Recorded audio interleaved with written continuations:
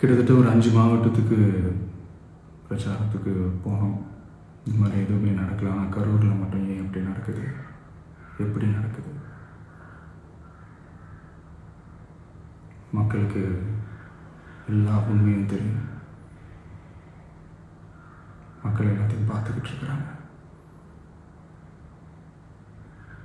கரூரை சேர்ந்த அந்த மக்கள் அந்த உண்மையெல்லாம் வெளியில் சொல்லும்போது எனக்கு கடவுளே நேரில் வந்து இறங்கி அந்த உண்மைகள்லாம் சொல்கிற மாதிரி எனக்கு தோணுச்சு. சீக்கிரமே எல்லா உண்மைகளும் வெளியில் வரும்.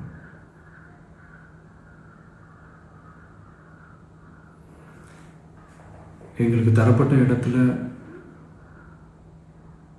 நாங்கள் போய் அந்த ஸ்பாட்டில் நின்று நாங்கள் பேசிட்டு வந்தோம். அதை தாண்டி எந்த தவறும் எங்கள் சைடில் நாங்கள் எதுவும் செய்யலை.